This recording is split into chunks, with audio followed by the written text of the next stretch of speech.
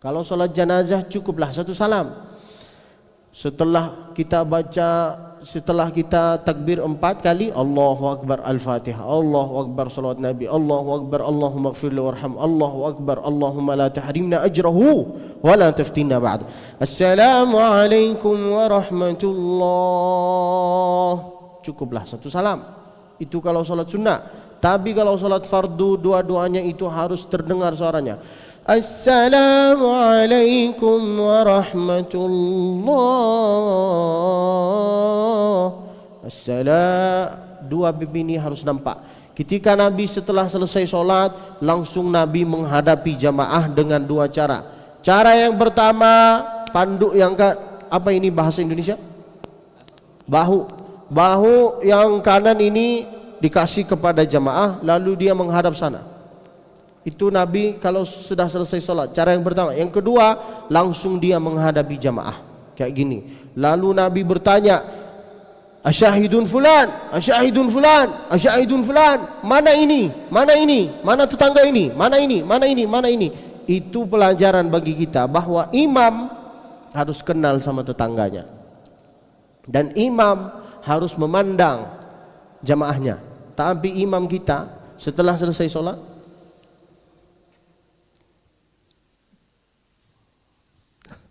benar kan? Harus memandang. Dan kalau bisa senyumlah. Tadi setelah selesai sholat, saya memandang jamaah. Tapi ada jamaah yang lagi istighfar, ada jamaah yang melihat saya kayak gini. Di hati saya, apa salah saya ini? Kok dia melihat saya kayak gini? Senyumlah, senyum. Kalau datang ke masjid itu senyum. Maka minta tolong, jangan, maaf ya Pak, jangan tersinggung ya. Jangan langsung berkata musyrikin. Kita itu harus sangka baik. Mungkin laki-laki yang belum datang ke sini, tetangga-tetangga yang belum datang ke sini, mungkin mereka laki-laki solehah. Kita laki-laki soleh. Wallahu alam. Ada pertanyaan terakhir, yang ketiga? Silakan.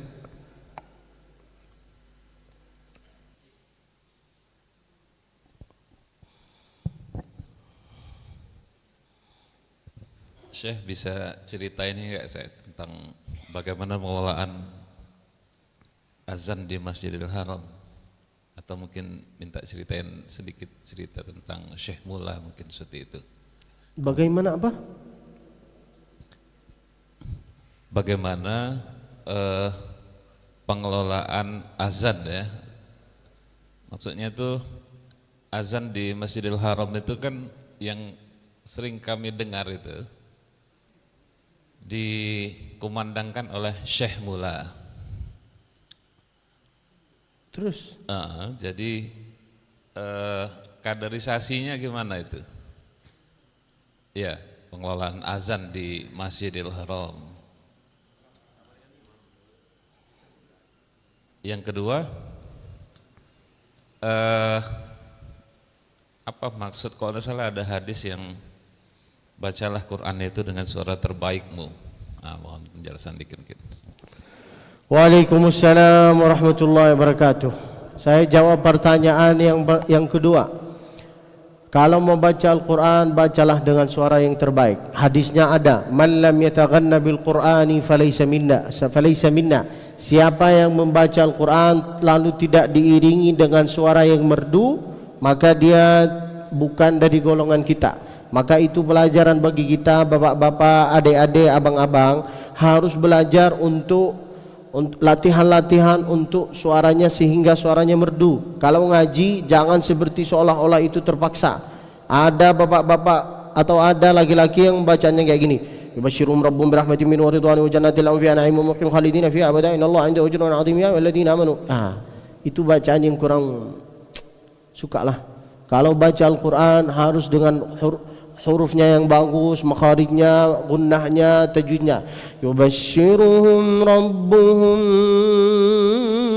birahmatin minhu wa ridwanin wa jannatin lahum fiha na'imun muqim khalidina fiha abada. Harus dengan suara yang merdu. Itu pertanyaan untuk jawaban untuk pertanyaan yang kedua. Pentingnya kita itu harus latihan. Jangan malu, Pak. Lalu kemudian pertanyaan yang pertama, bagaimana mengelola azan di Masjidil Haram? Di Masjidil Haram dan di Masjid Nabawi, khususan di Arab, Pak, tidak boleh jadi imam masjid atau tidak boleh ngajar Al-Quran kalau belum hafal Al-Quran. Tidak boleh. Di sini sembarangan. Benar kan? Di sini maaf ya, mendahulukan orang yang sudah tua dibanding yang hafal Al-Quran. Di sini di Indonesia, itulah yang saya lihat. Kalau di Makkah bukan orang sembarangan yang bisa jadi imam, bukan orang sembarangan yang jadi muazzin. Muadzin di Masjidil Haram itu berapa orang? 7 orang. 7. Al-Syekh Halimullah, Al-Syekh Faruq Hadrawi, Al-Syekh Hashim Al-Saggaf, Al-Syekh Abdullah Afif, Al-Syekh, 7 lah mereka. Mereka itu semua hafal Al-Quran dan mereka dosen di kuliah. Paling minim kalau mau jadi imam atau muazzin di sana, paling minim itu di Makkah ya, bukan di sini ya. Di sana paling minim harus sudah menyelesaikan S3 baru jadi imam atau jadi muazzin. Sehingga apa? Supaya bacaannya bagus dan supaya mengetahui ilmu fikih. Di sini sembaranganlah jadi imam. Sedangkan kalau mau menjadi imam itu, Pak, tugasnya berat. Imam itu sebagai penanggung jawab. Kalau imam itu bacaannya salah atau sholatnya salah, maka makmum juga ikut salah. Siapa yang menanggung dosa-dosa makmum, yaitu adalah imam. Jangan sembarangan. Maka pentingnya kita itu harus belajar. Tapi jangan karena cerita itu lalu bapak kecil hati, tidak mau jadi imam, tidak mau jadi muazzin. Kosonglah masjid ini. Tak apa-apa, ramaikanlah. Tidak harus kita hafal Quran kalau di Indonesia. Syarat itu tidak berlaku di sini. Kalau berlaku di sini, kosonglah masjid ini. Tak apa-apalah. Tapi kalau bisa, pesan saya itu cuma satu, Pak. Kalau bisa suara luar dan suara dalam itu harus nyala. Jangan cuma di dalam, di luar tidak nyala. Harus dua-duanya, Pak, nyala, Pak. Kita bukan di zaman jahiliyah. Jangan ada rasa takut. In tansurullah, siapa yang membela agama Allah ini, paling di antara minim untuk membela agama Allah yaitu adalah suara adzan, suara solat. In tansurullah yansurkum wa yuthabbit aqdamakum. Kalau di Makkah kalau mau jadi imam itu harus hafal Quran dan mengetahui ilmu fikih. Harus, Pak. Kalau di sini mayoritas Syafi'i, maka siapapun yang datang ke sini harus ikut aturan sini, yaitu adalah pakai basmalah, pakai kunut. Sebelum saya jadi imam di sini, tadi saya tanya, di sini pakai kunut apa tidak? Di sini pakai basmalah apa tidak? Di sini pakai zikir apa tidak? Jangan mentang-mentang engkau ini datang dari luar negeri, datanglah dari Makkah. Yang di Makkah mazhab Hambali, lalu mazhab Hambali dipakai di sini. Itu salah. Itu tidak faham dengan ilmu fikih. Itu namanya sungsang. Iya, lihatlah Imam Sudes. Imam Sudes itu, Pak, beliau mazhabnya Hambali. Tapi ketika datang ke Masjid Istiqlal, ketika beliau jadi imam, Allahu Akbar, beliau baca basmalah dengan suara jahar. Bismillahirrahmanirrahim. Alhamdulillahi Rabbil Alamin. Setelah selesai solat, semua jamaah menengok beliau kayak gini. Ini kenapa baca bismillah? Lalu apa kata Imam Sudes? Di sini mayoritas Syafi'i, maka tidak boleh menimbulkan fitnah. Tapi di Indonesia ini, la ilaha illallah, suka berkelahi gara-gara kunut, suka berkelahi gara-gara usolli, suka berkelahi gara-gara angkat tangan, tidak angkat tangan, suka berkelahi gara-gara basmalah atau itu. Sedangkan kita ini tujuannya sama, lupa kita. Asyhadu an la ilaha illallah wa asyhadu anna Muhammadan Rasulullah. Di Makkah kita itu tidak pernah berkelahi gara-gara itu. Tapi di Indonesia ulama sama ulama, ustaz sama ustaz, seharusnya kita itu menyatu, Pak. Bukan saling menjelekkan. Uniknya di mana, lucunya di mana di Indonesia ini? Sesama orang Indonesia tapi tidak sepakat. Sungsang. Sepakatlah. Lucu. Saya lihat mereka itu, opo iki? Orang Indonesia sesama orang Indonesia berkelahi. Di Makkah itu tidak pernah berkelahi. Semua mazhab ada, semua ulama ada, tapi sepakat. Di sini Makkah, di sini Saudi Arabia, pakailah mazhab Hambali. Kalau ada orang yang solatnya tidak pakai mazhab Hambali, dia pakai mazhab Syafi'i, itu didatangi. Kenapa engkau bikin fitnah? Kenapa engkau pakai gini? Didatangi. Ilmu itu memang bagus, tapi untuk pengajian jangan dilaksanakan di sini. Menimbulkan fitnah. Bukan semua yang faham tentang agama. Ada jemaah awam. Benar kan, Pak? Andai saya jadi Kementerian Agama di Indonesia, andai saya tulis di sini mayoritas Syafi'i, pakailah Syafi'i. Jangan pakai Hambali, jangan pakai Maliki, jangan pakai Hanafi. Jangan menimbulkan fitnah. Itulah, sepakatlah kalian supaya negara Indonesia ini maju seperti Malaysia, Brunei, Singapura. Indonesia ini tidak maju-maju. Maju sekali, mundur 2 kali. Benar kan? Gara-gara kita ini merasa paling benar, merasa paling wow, sayalah. Buanglah perasaan itu, Pak. Satulah. Qawi junudana, wahid sufufana, wahid kalimatana. Itulah, saya tidak harus bahas yang panjang. Intinya pesan saya satu, kalau bisa harus kencang suara solat. Oke, Pak? Suara dalam, suara luar. Kita bukan di zaman jahiliyah. Jangan takut. Giliran goyang sampai luar, dan tidak harus mengurus izin. Benar kan? Tapi giliran solat sunyi-sunyi. Wallahu a'lam wa ilmuhu atam. Aduh, panjang lebar ini, Pak. Ini ada 2 judul. Pertama untuk surat At-Taubah, kedua cara menghafal yang baik. Undanglah saya, baru saya sampaikan 2 kali. Sebelum saya viral, saya bisa hadir. Kalau saya viral, saya tak bisa hadir. Terserah Bapak. Mau ngajilah. Tidak mau, terserah. Saya tidak maksa. Oke, Pak? Nah, insya Allah saya akan bahas di lain waktu.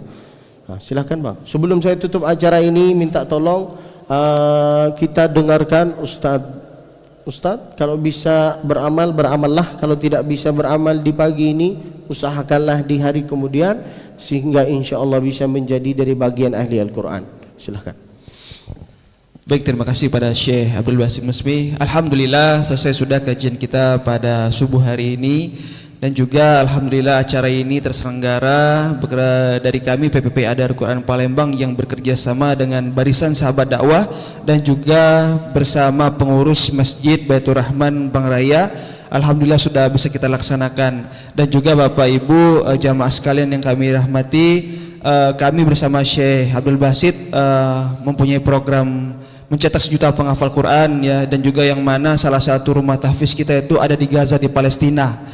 Alhamdulillahnya pada waktu itu ketika kita membangun rumah tahfiz di sana, setahun dari itu dibangun, bangunannya itu dibom oleh Zionis Yahudi ya, Yahudi. Lalu kita bangun lagi hingga akhirnya tidak bisa dilanjutkan, akan tetapi untuk kegiatan belajarnya, tahfiznya bisa dilaksanakan. Dan juga bulan kemarin perwakilan kita yang ada di sana ya, guru tahfiznya yang menjadi perwakilan kita untuk menyalurkan bantuan-bantuan dari rakyat Indonesia. Dan juga beliau akhir bulan kemarin baru saja syahid. Jadi kebengisan Zionis Yahudi ini sangat luar biasa sekali. Maka dari itu kita khususnya rakyat yang ada di Indonesia sangat perlu doa dan juga dukungan dari kita untuk membantu sesama saudara kita. Jadi bagi Bapak Ibu semuanya yang memiliki kelebihan rezeki ya, dipersilakan di luar ada tim kami nantinya apabila yang ingin ikut berdonasi ya untuk saudara-saudara kita yang dari Palestina dan juga untuk program pembibitan penghafal Quran yang ada di Indonesia. Nanti silakan di luar ada tim kita yang standby. Terserah berapapun nominalnya, 300, 500 juta ataupun berapapun, insya Allah akan menjadi amal jariah bagi kita khususnya. Niatkan juga untuk saudara-saudara kita, keluarga kita, orang tua kita, anak cucu kita, semoga kelak bisa menjadi penghafal Al-Quran, amin ya robbal alamin. Dan juga kita niatkan untuk kedua orang tua kita yang sudah meninggal, semoga Allah lapangkan kuburnya, Allah tempatkan di sisi Allah yang terbaik, amin ya robbal alamin. Dan juga kami informasikan di luar ada juga madu ruqyah ya bersama guru-guru kita yang lain, Syekh Ahmad Al-Misri. Jadi madu tersebut sudah diruqyah, insya Allah satu botol itu harganya 60.000 ya. Jadi bagi Bapak Ibu semuanya yang ingin membeli ataupun menikmati madu tersebut ya untuk kesehatan dan juga untuk rohani kita, silakan nanti di depan ada tim kita yang sudah standby. Baik Bapak Ibu semuanya, ini saja yang bisa kami sampaikan. Sekian, sebelum itu nantinya akan ditutup doa oleh Syekh Abdul Basit. Kepada Syekh Abdul Basit kami persilakan. Doa.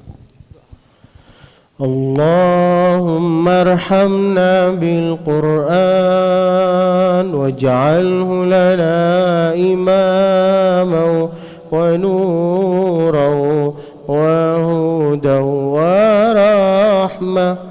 Allahumma dhakkirna minhu ma nusina وعلمنا منه ما جهلنا وارزقنا تلاوته